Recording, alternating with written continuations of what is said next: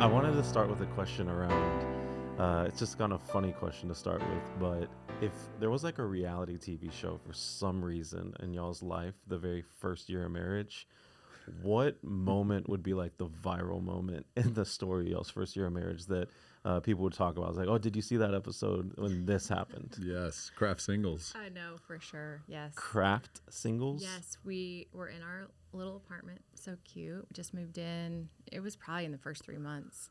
And we were fighting about something dumb. And I was trying to make a grilled cheese sandwich. And I just started throwing the cheese at him. Yeah. Like the She was craft so singles. mad, Like so I was mad at like, me. it's not going to hurt him. But I was like, I viscerally reacted. And I just threw a piece of cheese at him. And then we were yelling, I'm sure. And then I marched around the apartment complex by myself, muttering under my breath, no. Like, this guy is such a jerk. What was I thinking? God, what are we doing? What is happening? It was like, How many months or weeks? I mean, I think this? it was early. Like I want to say the Yeah. first trimester of our marriage. First Yeah. 3 months. The first 3 months of our marriage. Yeah. And I think we have always been passionate and had great chemistry. And then all of a sudden it turned on us. Yeah. And we were like, I feel strongly about this and I don't like you and we have different opinions and we are going to go toe to toe until someone leaves the room and Yeah. like storming. Which mad. is a scary feeling. I mean, when you're just married, you're like, this isn't supposed to happen. You know, what's going on here? And I think a lot of couples, when they're young and just married, those first fights really throw you off because Yeah. you're not prepared for that. You don't think it's supposed to happen. Yeah. I think we've learned now throughout marriage and all the couples that we talk to, like, this is actually pretty normal. Mm-hmm. It's two people becoming one. This is going to create friction, and it's also going to start to mold and shape and form you, hopefully to be more like Christ.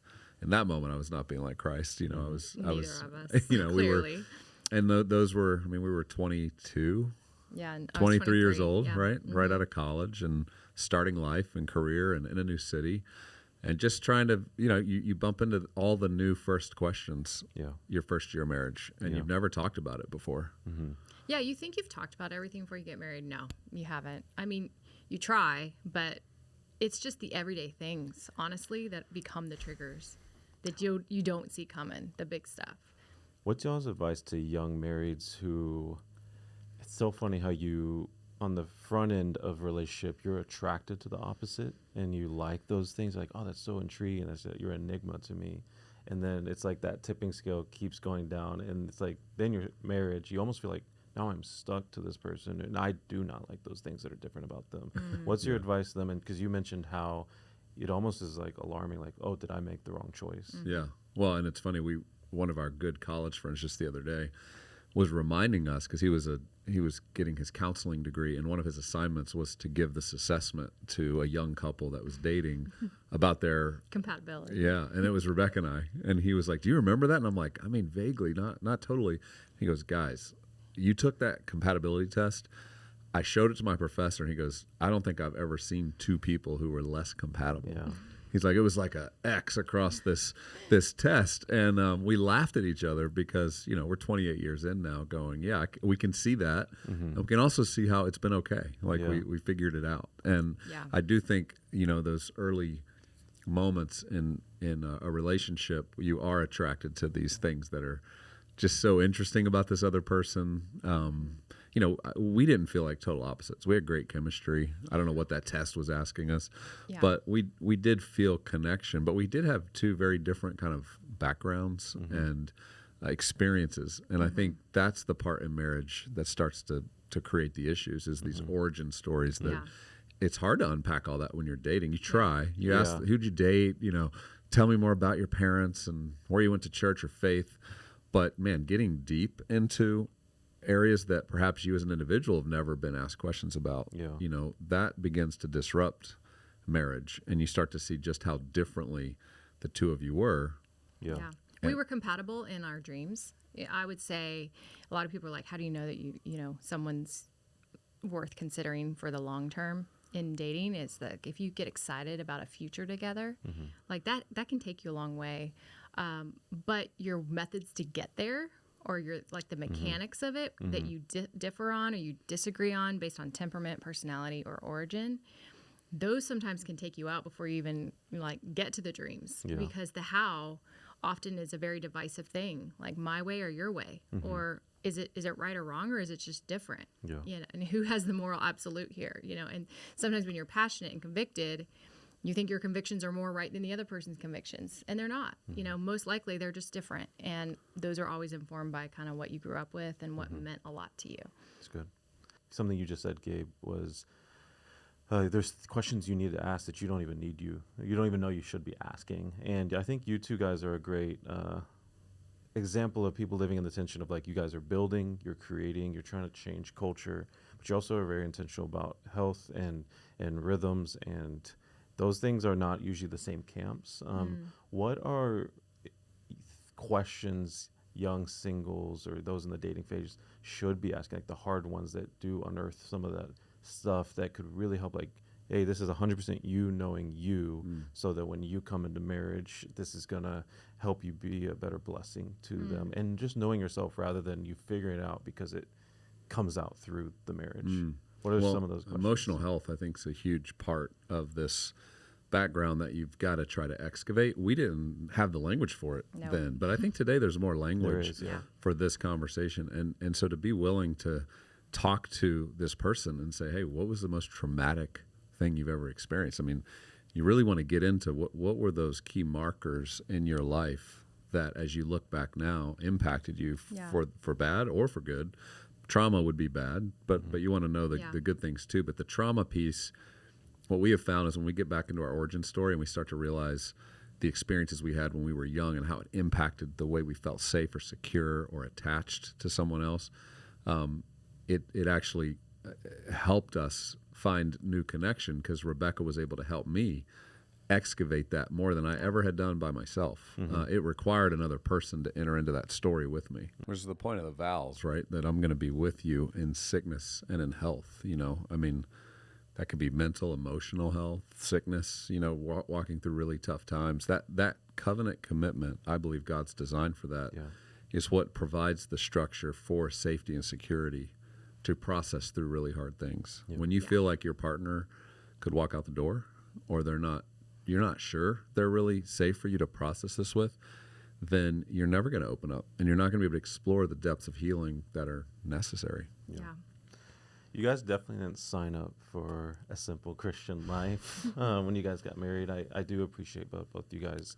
It's like, I'm just thinking of, you just mentioned the different cities you lived in.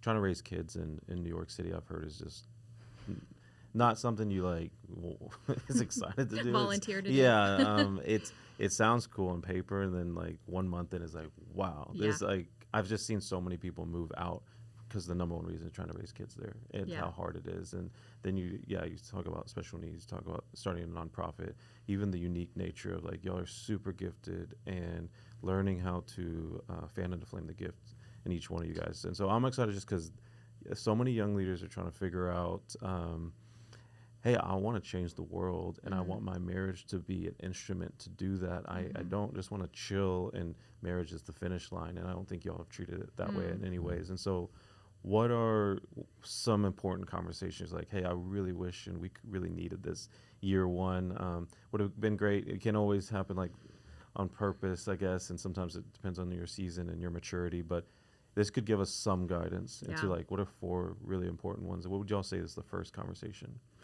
I'd say how we fight. I mean, that for us has been a big one that we've learned over time, but I wish we would have understood so much more about how to respect one another, how to care for one another in the midst of debate, disagreement, seeing things very differently. How to be curious. Versus how to not judging. be scared of the fight. Like, so many people, if they have big blow-ups year one, they're like, we're not going to make it. Yeah. Like, we're not compatible. Look at us. Like, and part of it's going, you just haven't really been guided on the realities of 2 very different people becoming one. And covenant is hard, but everything hard, you know, is also very good.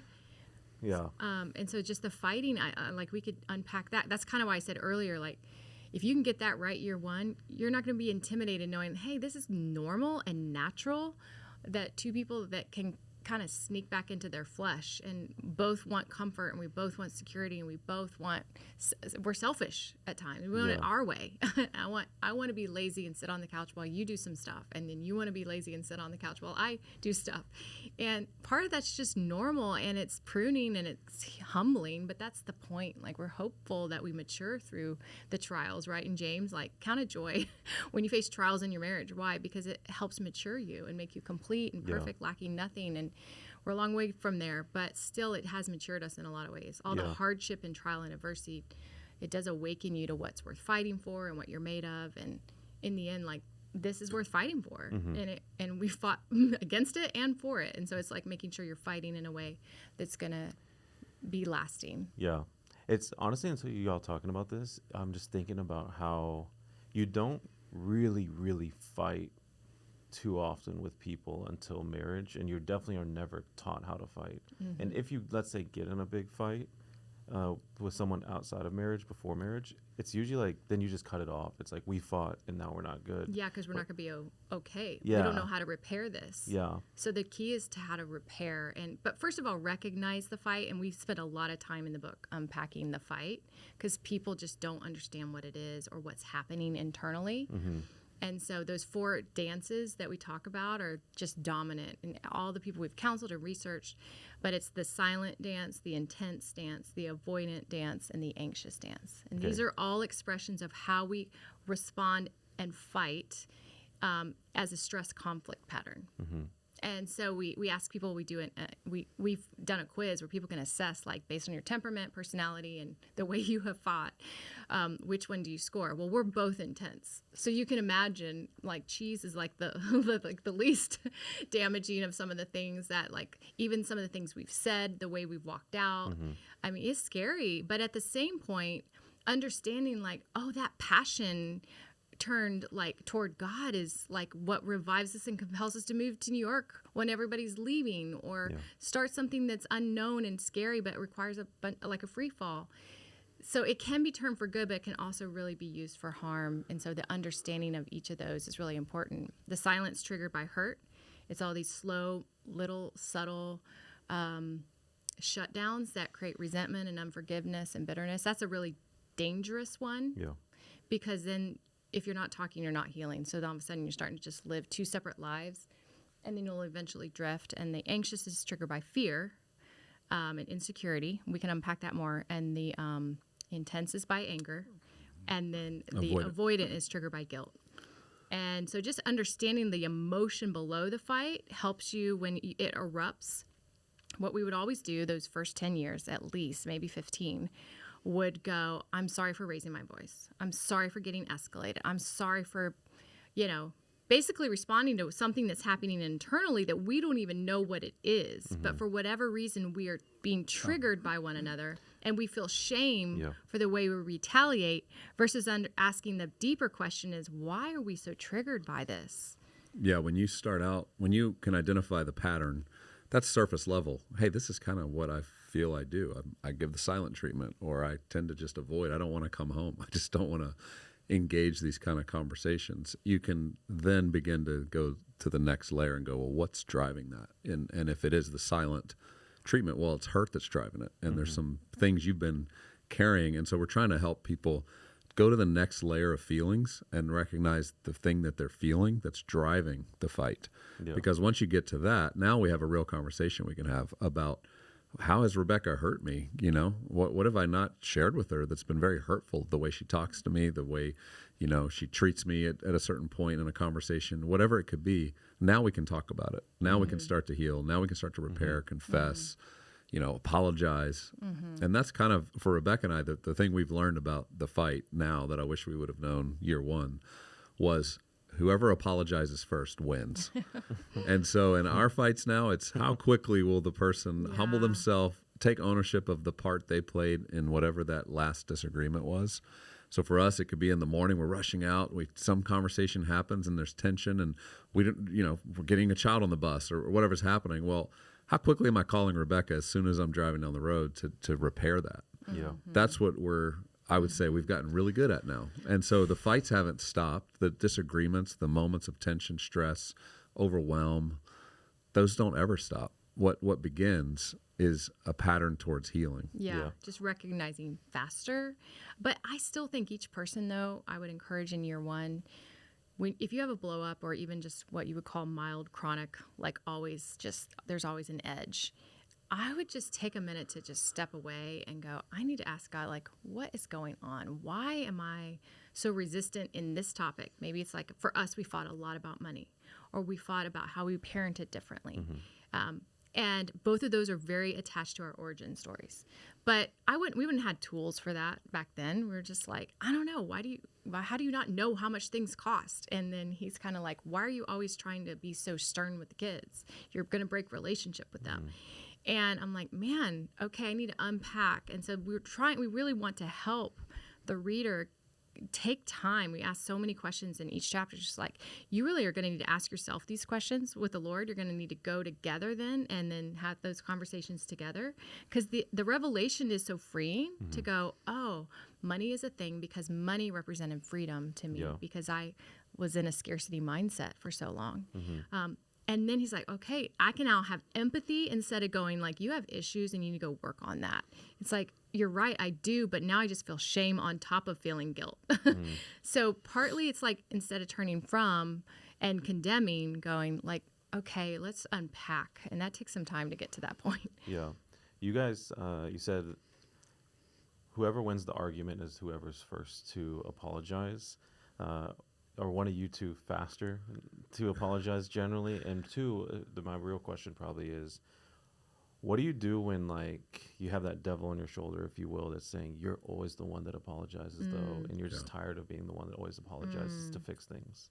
Well, as the one that always apologizes. No, I'm kidding.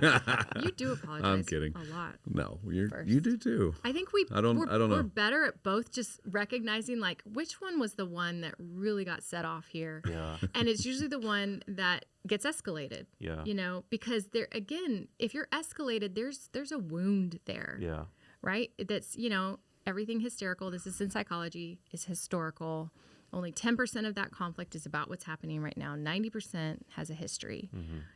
Thankfully, we have grace with each other to not take such personal offense now, going like, hey, why did you just totally shut me down and then get escalated? And I'm still maintaining a calm, going, what just happened? Whereas before, it would have then made me angry and then shame. And now we're a little better at recognizing it quickly and going, oh, wow, that's what's that about? Let's take time. Yeah. But yes, I still to this day, and just like you to this day, if we have like our conflicts are different than they used to be, thank the Lord. But when they do happen, I pretty quickly know that's me. That's a thing. I need to ask God what's going on there. And then I'll apologize and go, I'm still trying to process what that's about. I don't know why that made me so frustrated. But at least we're going like, I recognize that's me. Yeah, and I'm not sure. I'm going to ask God to keep helping me figure out why that's so frustrating for me. I think marriage humbles each of us, and the quicker you get to that place of humility and unselfishness, the sooner repair happens. And I think when we hang on, or I hang on to something longer than I should, it's a pride thing. It's me just going, I want my way, bottom line, and I'm not getting it. You know, it's almost a childish way to approach relationship. Yeah. And I think what's hard sometimes for husbands to learn in the relationship is repair could look like you're not going to get your way. The thing you wanted or had in mind that would happen, like that may not happen, and that's okay. And it's okay. Like marriage is like that sometimes. It's all about compromise. you're not each getting your way all the time. Yeah. And some people can't live with that. They're like, no, marriage is supposed to be the things I want to do. That's how it should happen. And that's not marriage. I think part of marriage is the two becoming one means compromise, and you still bring your full self to it, but together things are going to look a little different than how you would have done it on your own. Yeah. Before we move on from the fighting part, just fighting well, I can't help but ask a question, especially to you, Gabe, and I love your commentary as well, is I'm trying to think of like, if this would make the top 10 list of things that you've done that have impacted me, that are kind of behind the scene things people don't get to see, is I feel like you've done a really good job of like fighting even for other people's marriages and fighting with them. Like when people seem like they're on the brink of maybe divorce, or just like, hey, you got to own what you can own. And I've known you to like go out of your way and carve out the time to like, hey, I'm showing up to your door to make sure you fight for your marriage. And we divorce in a world where I'm seeing my friends, a lot of Christian friends, a lot of Christian leader friends, where it just seems like divorce is casually talked about or just becoming more normal, and vows aren't as serious, and it just is what it is. I hate it. And can you guys speak to y'all's philosophy, or just encourage us to like the sacredness of marriage, the power of marriage, and our role in it, even when things are hard and the world is saying, hey, do you look out for yourself? What do we do? Well, we definitely have to have this elevated view, God's view of marriage. This is a covenant. It's the first sacrament that takes place in Scripture. This means everything. It's his picture of the church and his relationship with the bride. It's the establishment of family and generations and how he will bless into the future. So we first have to just get perspective here. This isn't about what our government says marriage is. You know, in 1970, I think it was Ronald Reagan who first instituted no-fault divorce, and it was the first time marriage in our society was viewed as a contract between two adults, where it disconnected marriage from children. The reason our government gives tax credits for marriage is because it connected children to parents, and that meant that the burden even of society was going to get shared by a family. It wasn't going to be all in the government. Well, when that move happened now 55 years ago, we've seen the collapse of marriage, because now it's easy to just say, well, we're not getting along, so there has to be no fault here. We're just going to break the covenant. And I think for Christian marriage, we've signed up for something way bigger. When we make those vows before God, it's not about what the justice of the peace has said about our marriage. It's about, we've just made a covenant before God, and we know he's in this, and he wants us, no matter how hard it gets, he wants us to stay in it. He's going to heal through it. He's going to shape us into becoming more like him through it. Of course, the easier path would appear to escape, and our world will totally parade that in front of us and say, you'll be better off. But even the social science and the data proves you're not happier alone. People are 567% more happy and fulfilled in a marriage than when they're single. This is out of the book Get Married by Brad Wilcox. And he shares all kinds of amazing data that goes all against the narrative that the world talks about, that women would be better off on their own. None of the data pans out. You're less happy, less fulfilled, less wealthy. Like all the data just bears out. And so Christians, we just have to stay in. And I think that's why Rebekah and I were so passionate about sharing our story as vulnerably as we possibly could, because we know there's a lack of resource in this area for couples right now. They're struggling. It's hard to get counseling. Some leaders might have access quicker than most people, but the reality is it's very difficult to find a great marriage counselor. Therefore, people are going to individual therapists to try to get support and figure out what to do. And lots of times they're not trained in helping the marriage. They're just trying to help the person.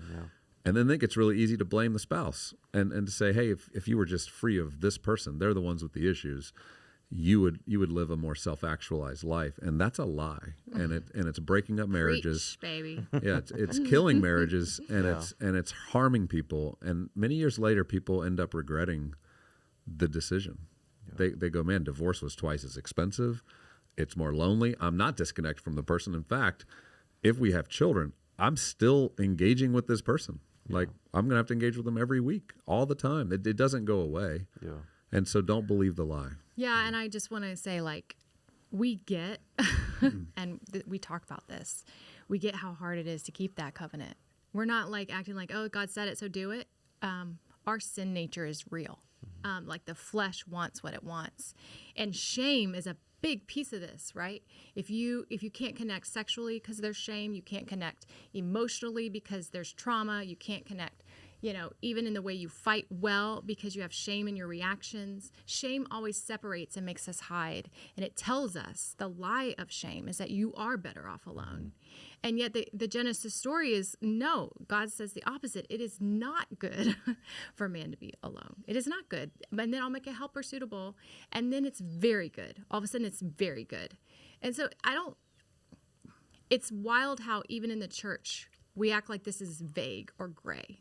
It's just not. It's not. Like, humanity cannot continue apart from covenant. It can't. Well, at least in the way God says it should. So you need male and female. And then if there's safety and security in a commitment and a covenant, then those kids feel more secure because they can tell mom and dad are more secure. And so how we feel about our covenant doesn't just impact us, it impacts how our adult children who are considering marriage down the road, or how they're going to view that covenant. And so it does have a generational, and of course we see in Scripture, just because God set it up, I mean, you had wicked generations and you had righteous generations. I mean, it's kind of just the plight of humanity with the fall, but we are asking God, go, in spite of us, will you tether us? In spite of our sin and our selfishness, will you remind us through your kindness and lead us back to repentance as many times a day as we need to do in certain seasons until you slowly break off some of those things that used to enslave us. Yeah. I mean, truly, y'all have inspired me, and there's friends of mine where I'm like, I want to be the first to call. I'm going to keep calling.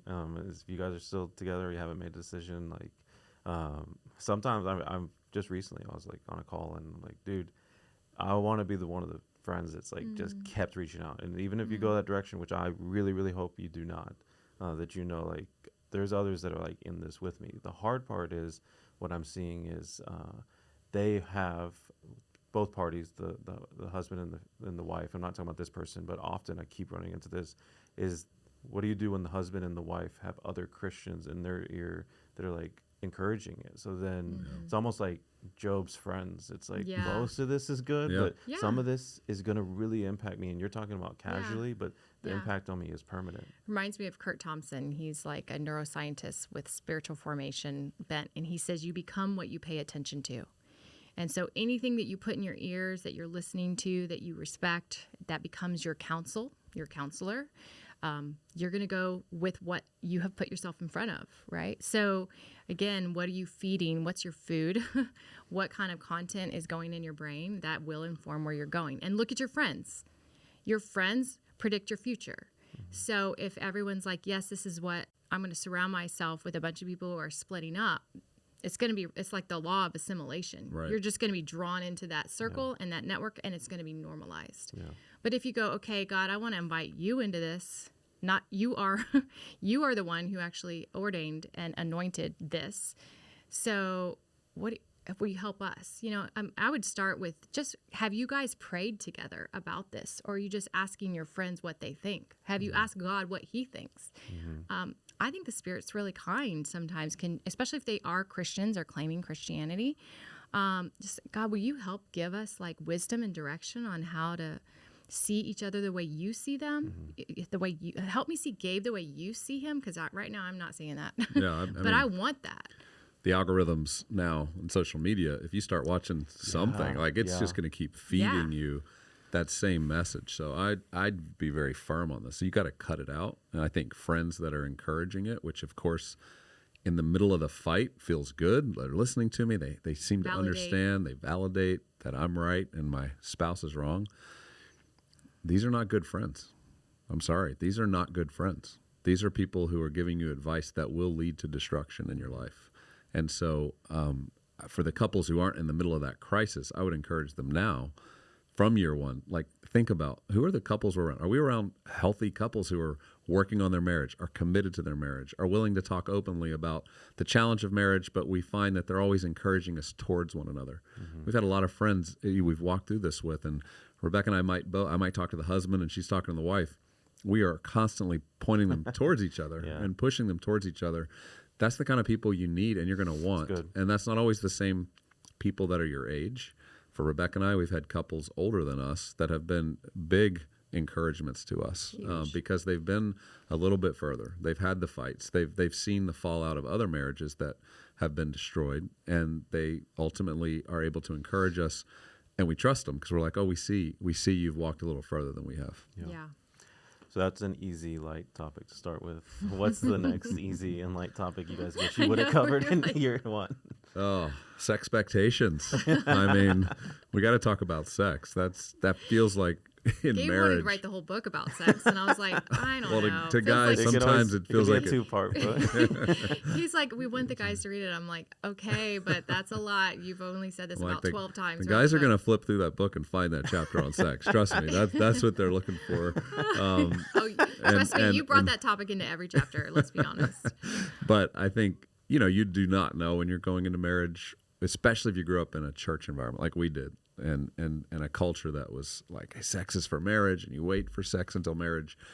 The buildup is so much that you're like, oh, when I get married, like we're gonna have sex all the time, and that's 50% of what marriage is about. I think you thought it was a little more than 50%. Do Christian girls think that too? No, I don't. Well, I don't know. I think, yeah, the freedom of it is great. Like anytime, and you know, like now we can. Yeah, we finally can, Or not and we will. Right. Yeah, but you're not thinking. But it's not like this is going to be the primary thing we think about. No. It's like, oh, that's sweet. He's so cute. Yeah, let's have sex later. Yeah, that'll be. But it's not. It's like, always later. Let's have sex later. Well, Did you hear that? It's like we can go. That's an option now. The next level of connection. Right. No, it's more like. Usually it's like we're in the middle of something and he's like wants to like give me a hint and I'm like, oh, that's sweet. So no, it's not top of mind when I'm in the middle of like making dinner, right? Or it's not top of the mind when I'm putting the kid to bed and that was offensive to Gabe for a season. He was just like, wait, you're not thinking about me like all the time? Yeah, like I would take it personal, right? Yeah, You'd be hurt the fact that my wife's not thinking about this. She's and I not. wasn't resistant. It wasn't top of mind. It doesn't mean I'm like. But it's just different wiring, and I think had I understood that, had I had people in my life as a young man to talk to me about marriage and to help me better understand a healthy view of that, I would have come into marriage very differently. Whereas I came into marriage thinking this is a 50% of what marriage is about. So of course we'll have sex multiple times a week, into forever. And I think what I've learned is that sex can be amazing and is amazing, but it's not the first thing. And for me, it had become in my mind like this is a big part of marriage. It's a high priority in marriage, versus it's a part of the ingredients of a great marriage, but it can't be the number one priority. And I was making it a priority, which meant hurt if she's not interested, or if I don't think we're having sex enough frequency, then I'm hurt by that. And I mean, let's be honest, we need to have those conversations. We encourage couples, they need to talk about frequency. We even put in the book the data on frequency based on age, how often people are having sex, so that people understand, hey, here's what's pretty normal. In your 40s, it's like 2 to 3 times a week is sort of the average U.S. adult. So even for couples listening to that to go, well, that's not even close to what's happening in our marriage. Well, that's a good opportunity to have a conversation. What is it that holds us back from that? Because the union of sex is a beautiful connection. It's important. Yeah. And if we've gone too long and haven't had sex, like, a week or something, to just be vulnerable here, like that's too long, like for our relationship, and we both feel it and know it. There's something beautiful that God's baked into marriage that sex creates. I know for me, a softness, a tenderness towards Rebekah, an attunement to an attentiveness to her needs, that if we go on too long, like I start to lose that interest. I don't know what that's about, but I think God baked that in to the design of marriage and union. Well, and I think for women, sex is so integrated with intimacy. It's all part of it. It's physical or emotional. And what women are challenged by, I'm not going to do a broad brush, but a lot of us, is that if there's a disconnect emotionally, and then we're supposed to physically just be uninhibited, but like emotionally there is inhibition, like we are inhibited, then we need to talk about like why we can't connect on a heart level about a topic that is hard. And he's kind of like, oh, well, initially it's like, oh, wow, we have to unpack this like big fight or something to be able, but the scriptures are, it's clear that men do have like a sexual vulnerability, like they need that for connection in many ways, and women need an emotional connection, and we have to be cognizant of both. And it's not like the chicken or the egg, because people are always like, I got to basically wine and dine her for all day so that she's like willing and ready and excited or whatever. But more going, do we both feel seen, known, and loved in the absence of shame? Are we able to have conversations about anything and everything? Hurts, griefs, dreams? Like, are we able to be each other's person in those like sweet, safe places without rejection or dismissiveness or being shut down? And if we are, then sex is almost more automatic and natural without having to like go, okay, what days? And at least for me, it's like, oh, that's just like a natural. I just feel so connected to you that should be a cadence that we don't even have to overthink about, because it's just going to happen because we're just on the same page. Yeah. For a lot of guys, I almost like I'm curious, what are like those top 4, top 7 questions every couple should be on the same page about, because they've had that conversation.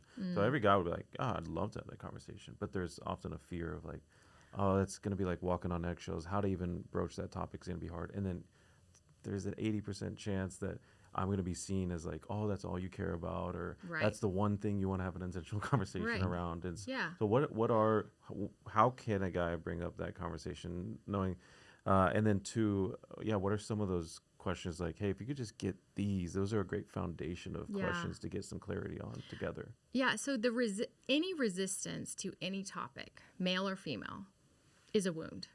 Mm-hmm. There's a resistance because there's something in the past that just said, this is off limits. Like, I'm shutting this down because I don't want to discuss what it's going to rise in me inside. It's just off limits.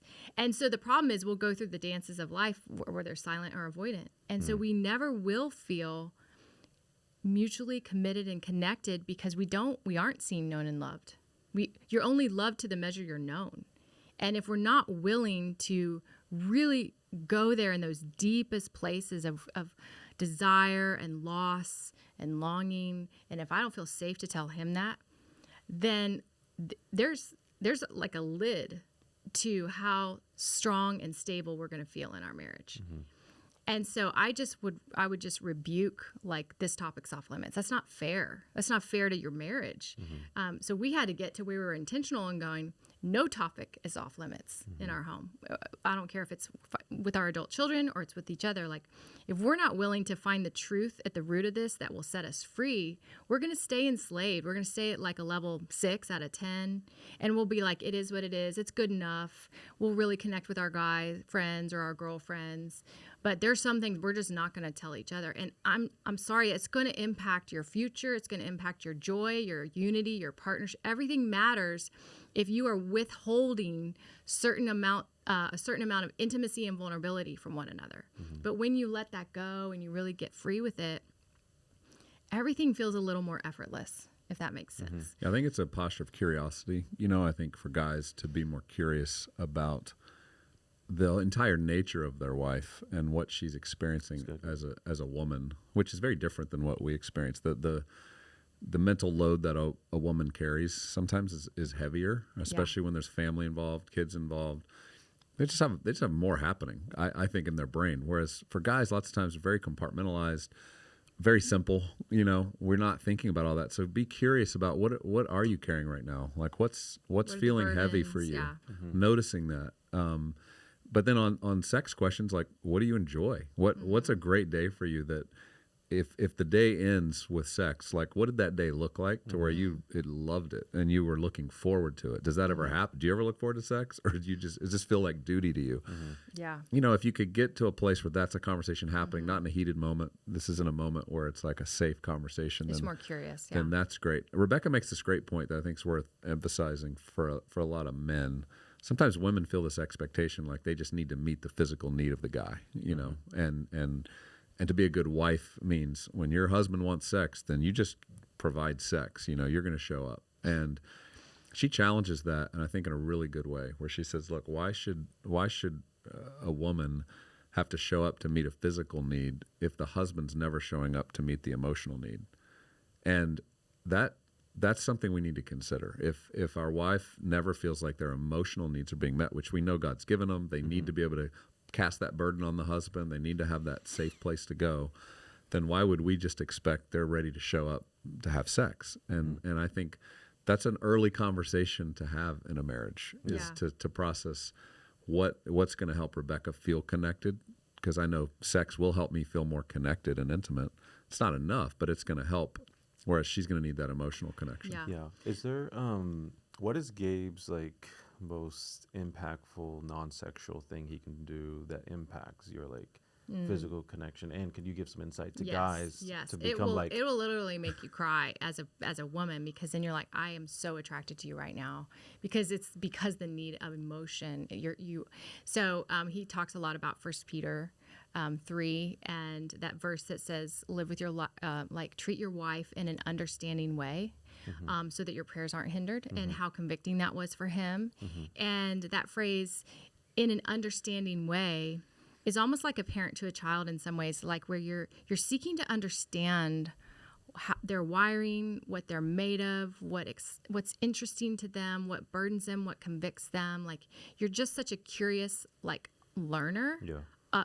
So that you can understand. You want to understand. You show desire and pursuit, versus just this assumption that, like, you need to figure it out and you're on your own, or just go talk to the girls, or the, like, this, kind of the cop out for men is like, oh, I don't know how to do emotions, so maybe you should talk to your mom. Well, that's just basically rejecting your wife, that going like, no, God put you together in covenant. You're made for this. You can do hard things. You can ask questions. You can listen. You can not interrupt or dismiss or reject, but just go, I never thought of that. And so we had a conversation 6 months ago. I had to make a hard decision about quitting something and starting something new, and I was so torn up about it. And Gabe's like, he makes a decision in 3 minutes and moves on. And I wrestled with this for like a month.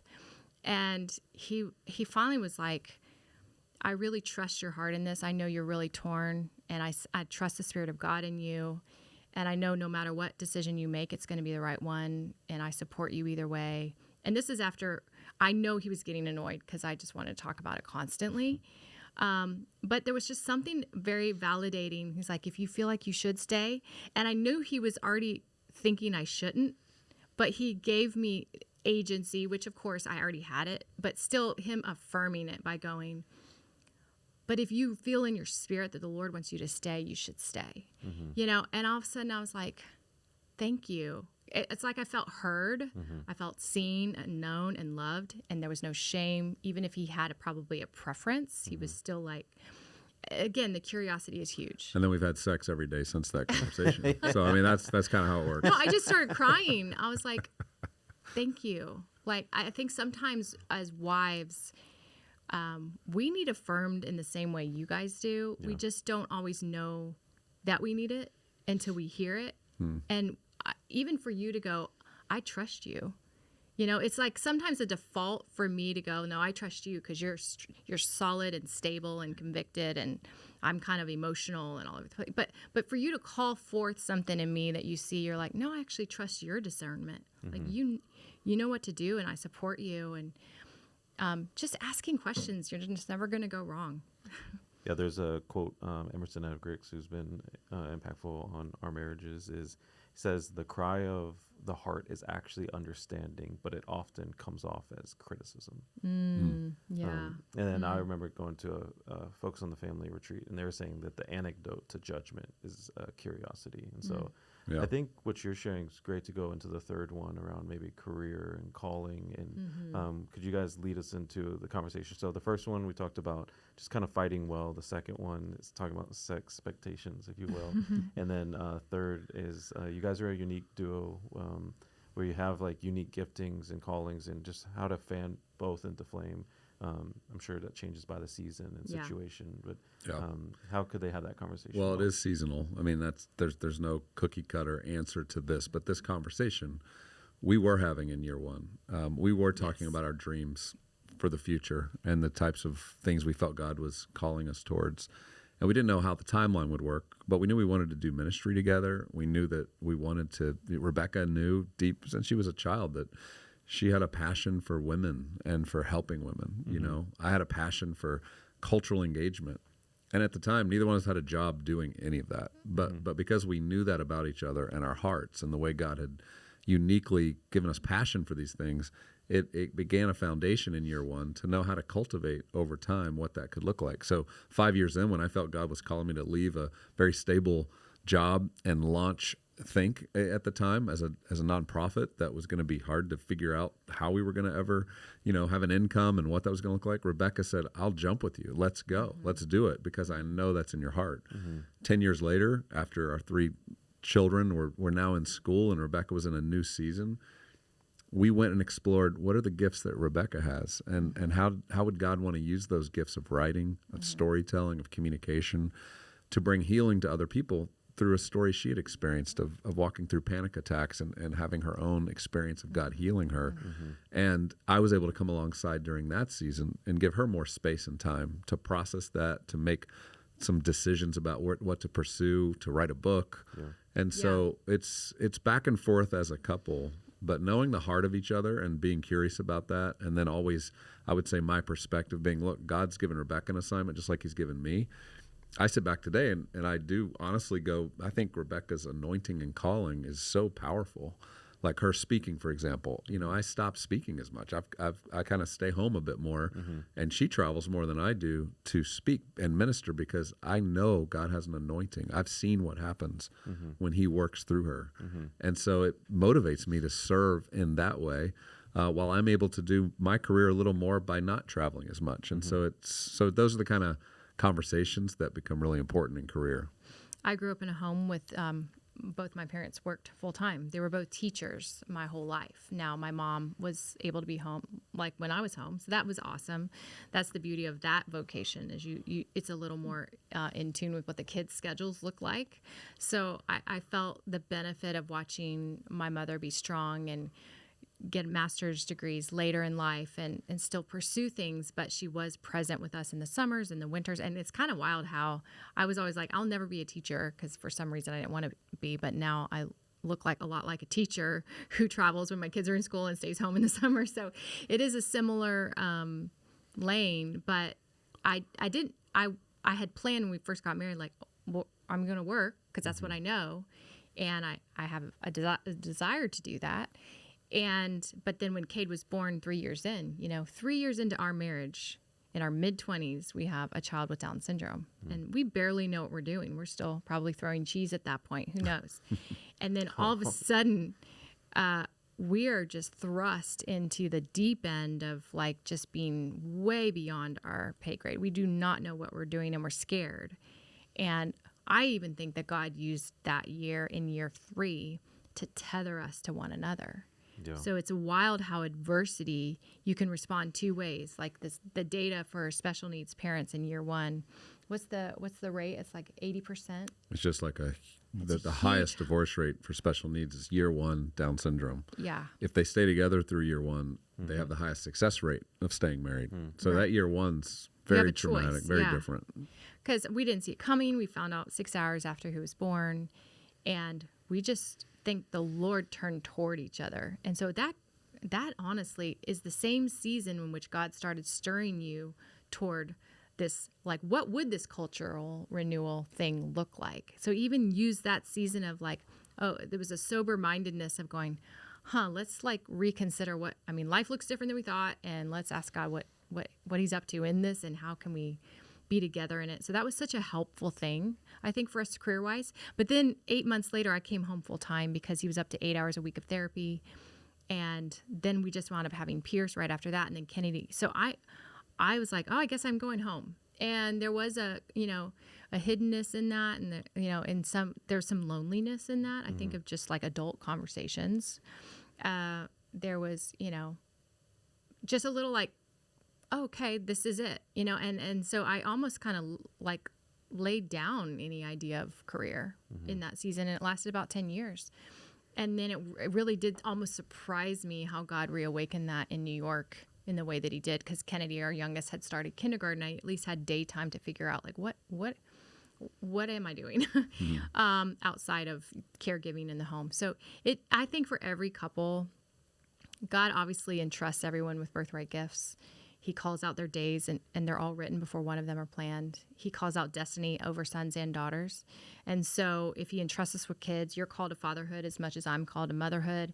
If you kind of give us some clarity on our gifting and wiring in the womb, then you have a plan for us to live that out. And so if we're open to it, it sometimes looks like hobbies or volunteer, or sometimes it's a paid gig, but it doesn't matter. You're called to partner both inside and outside the home.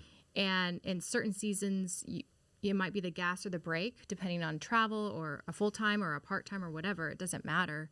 But just trusting each other for the timing of that. Yeah. How do you balance or navigate the tension between the world's message to women, even married women, to like, I feel like there's never been as much of a pressure or like, hey, go and you be a provider as well, or you go and build, or you go be a boss, as well as, and I'd say there's more towards that in the next generation than you be a mother. Like they almost like, they'll call a girl who's like, actually, I do want to be a mom. Actually, my man is out there and I'm here. They'll call them a pick-me girl. Have you heard this phrase before? Or the I trad thought they were wives. trad Or the wives. trad but- wife. Yeah, but it's like, in those, if you look at the comments, a lot of the guys are like, thank God. Like, there's actually girls that still want to do this. And then, but a lot of the girls are going to say, has someone picked you yet? Has someone picked you? Have you been picked now?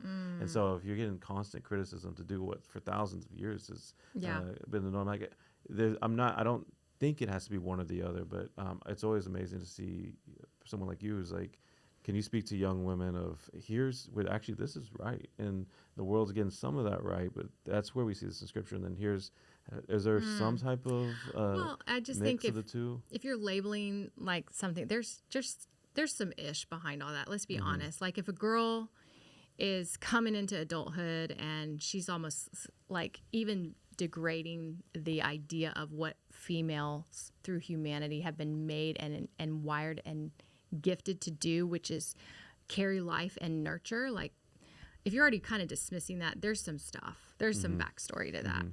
It's just in you, it's primal to just want to care and to advocate for your child. And once you become a mom and you have more than one or two, like that's just going to always be part of the equation in this conversation about vocation, because God doesn't call us to stuff that abandons family. So then you're going to get creative here on how can we, quote unquote, have it all but not at the same time, right? Yeah.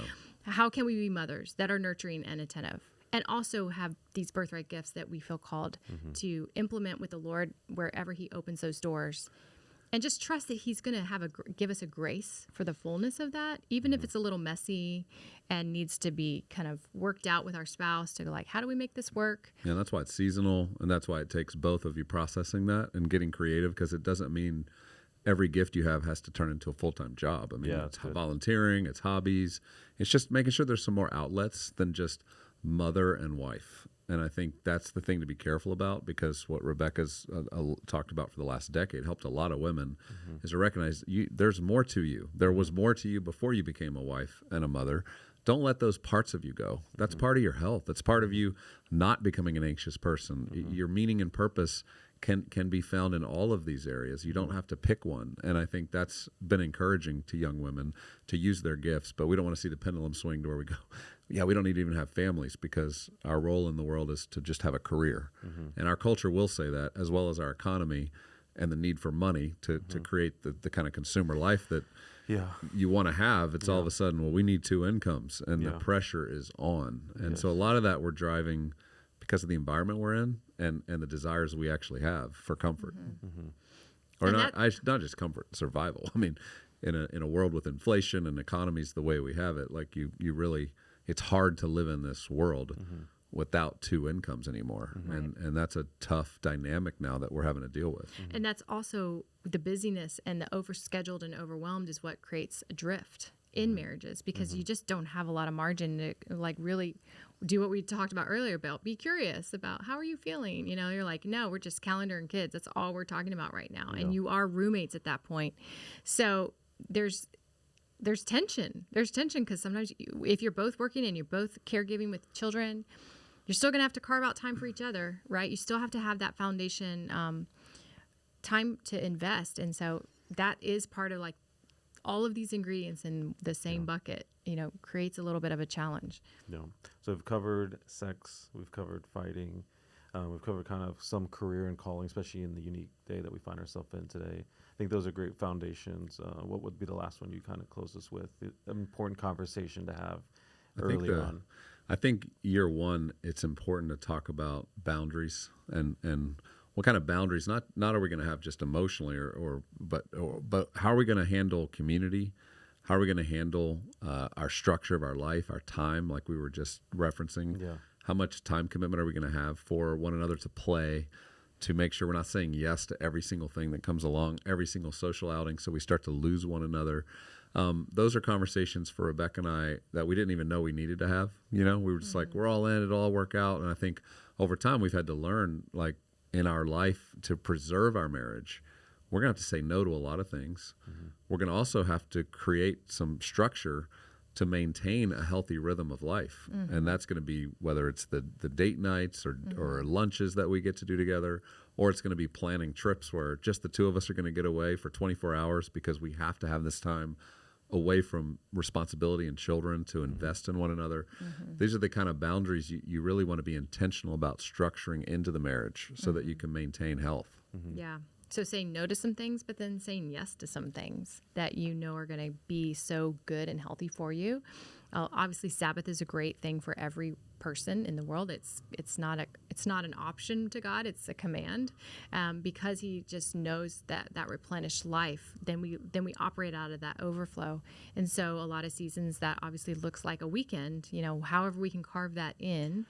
But with kids, sometimes that doesn't feel like Sabbath. It looks like you're kind of going from one sporting event to the next, or you're just trying to keep up with what they need. Yeah. So then how are you going to Sabbath or have a restful posture with your spouse where you're not producing or performing or being on? And so it takes creativity in every season.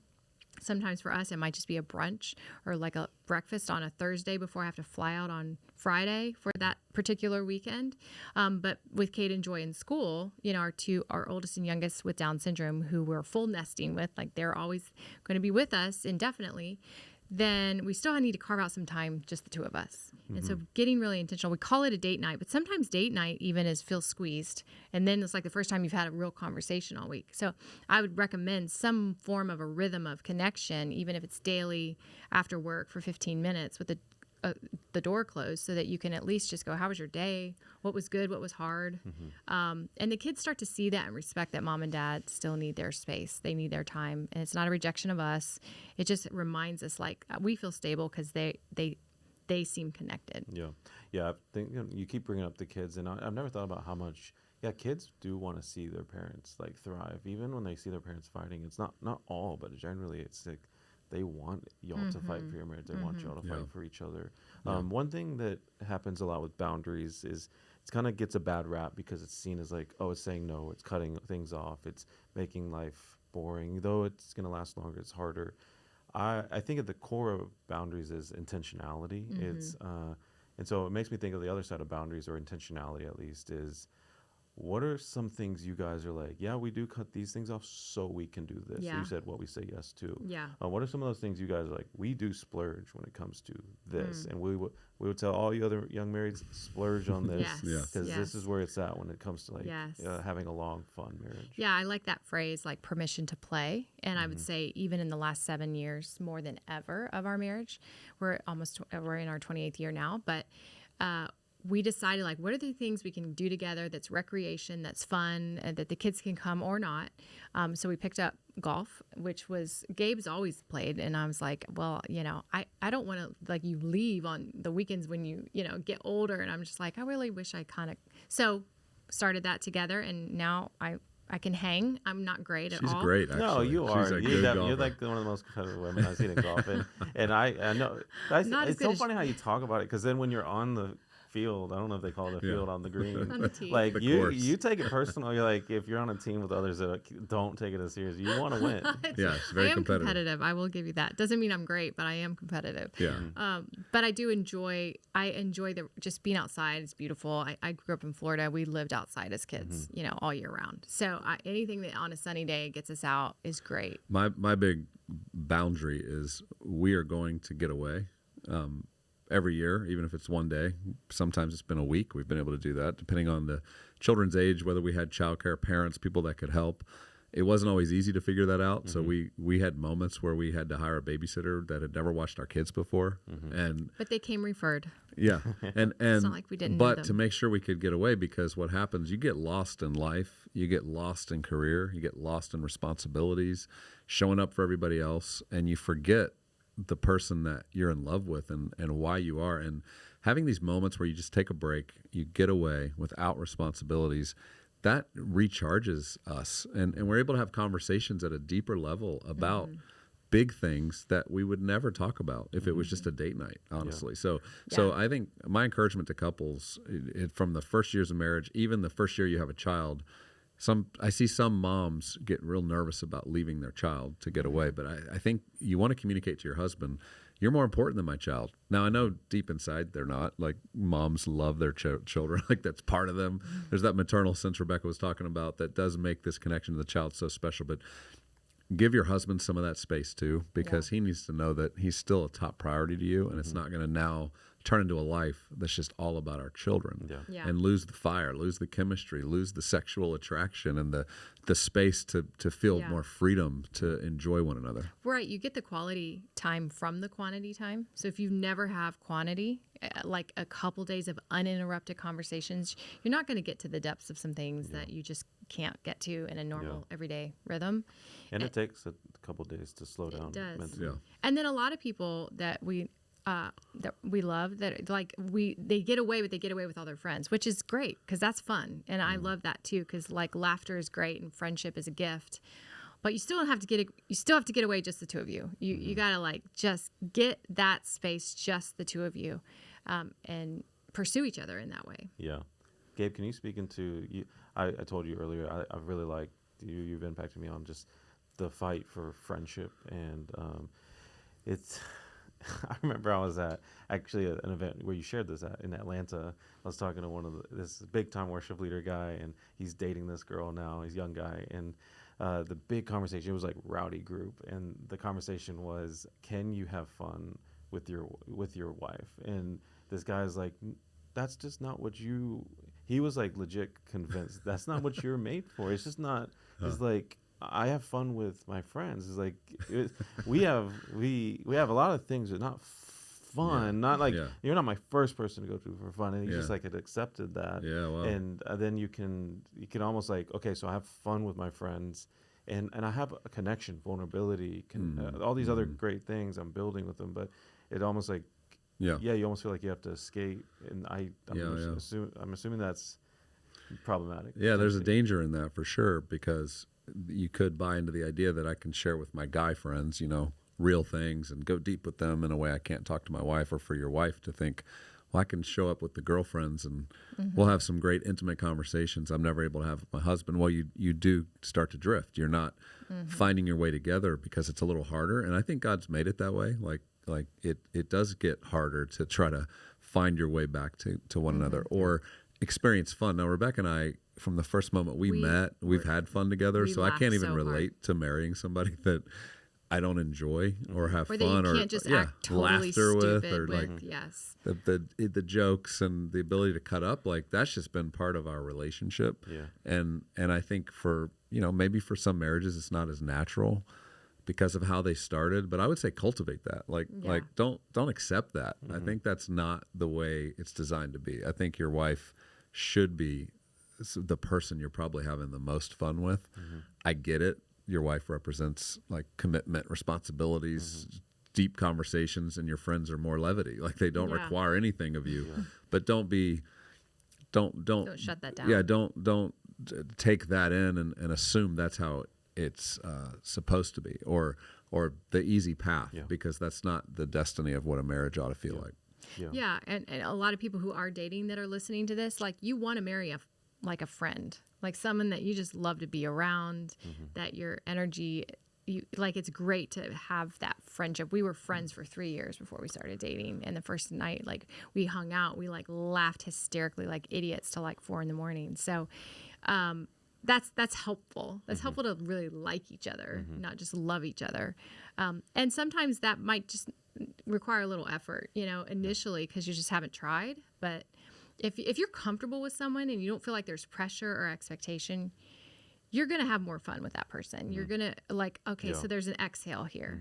But what happens, just to go back to your friend, I think the hurt, the resentment, all this stuff builds up. You're like, I can't have fun with my spouse. I don't even like them anymore. And that's a lot of marriages. Like, they don't like each other. And I think some of what we've talked about today hopefully will help open that conversation back up. But I don't want people to accept that that's how it's always going to be. If Rebekah and I, we could have, 10 years in, when things got hard, we could have accepted, like, we'll just stay married. I'll have my guys, you have your girls, status quo, we're Christians, we'll stay married. And we would have never experienced what now, 28 years in, we're experiencing, which is so much fun together. Such a desire to be best friends and share anything with each other. Right. And so we don't want people to settle. And there's more there. We think God has more there for you. That phrase, "it is what it is like just resignation. And then resignation leads to despair. Yeah. And despair is, I don't think I can do this. So if you make agreement with "it is what it is," the next thing you're going to make agreement with is, I don't think I can do this. So I would just reject those lies that come into your mind, those intrusive thoughts that are planted there by the enemy. If you start to say "it is what it is," just say, "No, I reject that." That would just imply that the state of our marriage is beyond the cross or the resurrection. Like, no, we don't want to just manage and maintain marriage and just get through it. We want a resurrected marriage. We want whatever that was, the old is done. We're a new creation. Let's really go. Let's ask God to give us an imagination for flourishing and then be in unity in our desire to get there. Is there a phrase you should replace "it is what it is" if you're accepting complacency in your marriage? Like, no, replace it with this. That's a great question. I usually start by going like, I reject "it is what it is," right? Like I renounce that. That's a resignation, like a spirit, like that is not of God. I would replace it with, God, you are doing a new thing, like do a new thing. And then a lot of times when there were seasons, and we're very honest about this in the book, I did make agreement with "it is what it is." That did make me go down this path of like, I don't think I can do this. And I had to repent of that. It was out of fear. It was out of just like desperation. It was all in my head. I wasn't processing it with any other human that could remind me what is true. And that brain left alone can really unravel quickly. But when I was honest about it and I confessed it to Gabe, it's like, God, show me what you want me to know, what you want to redeem and renew and restore in our marriage, and give us resurrection. So that's what it was replaced with, thank God, over time by his mercy. Because the enemy, the only power he has over his God's children is he can accuse and get us to agree. And so the more I repeat those phrases that are agreement, the more I become enslaved. And just confessing it to one another quickly and going like, let's pray for starters. Ask God to show us what this new creation looks like in our marriage. Yeah. Well, thank you guys for sharing. And I like that the title is "The Fight for Marriage" because me and my friend group of married people, one of the girls, Tracy, she always says, everyone always tells you, like, marriage is so hard. Like, but she says, hey, be careful with how much you're always having to, like, we're thinking about it, and there's always projecting that it's so hard. It's like, life is hard. We don't have to make it harder. But I do think you're gonna have to fight. And you could have called it, like, the beauty of marriage, something about like that. But y'all that went straight to what I think people actually know can be the reality of sometimes a marriage. I think of Billy Graham's wife, Ruth Graham. She said marriage is the union of two forgivers. And, of course, he did amazing things. They had to navigate that simply to you guys. One way I'd love to close, I try to do, is have the guests kind of look at the camera and just give like a closing 30-second to a minute word to the audience that is navigating marriage, whether they feel like they're in the fight or they're figuring out some of this, but any type of encouragement each of you guys would give to close this out to that audience. No matter where you're at in your current marriage journey, God has something more than likely what you're experiencing right now. And I think what he wants to do is reveal to you, just like he revealed to me, the areas that he wants my growth in, because when I grow in my humility, when I grow in my own vulnerability, there's an opportunity for connection like I never had experienced with my wife. And so I just want to encourage you to erase the lies that tell you you'd be better off alone, that you don't need to have this kind of connection with your spouse, that everything will be okay, that you can just get along and everything will work out, and encourage you to go deeper, to go further, to have hope that there is more, and to take the next step of humility to say to your spouse, I want our relationship to be even more than we've ever experienced, and I'm committed to do the work that I need to do to help us experience that. And I think you'll find your spouse open up. You'll find your spouse willing to do the work with you, and our hope and prayer would be that would be the beginning of you experiencing flourishing and healing in your marriage like you've not even experienced yet.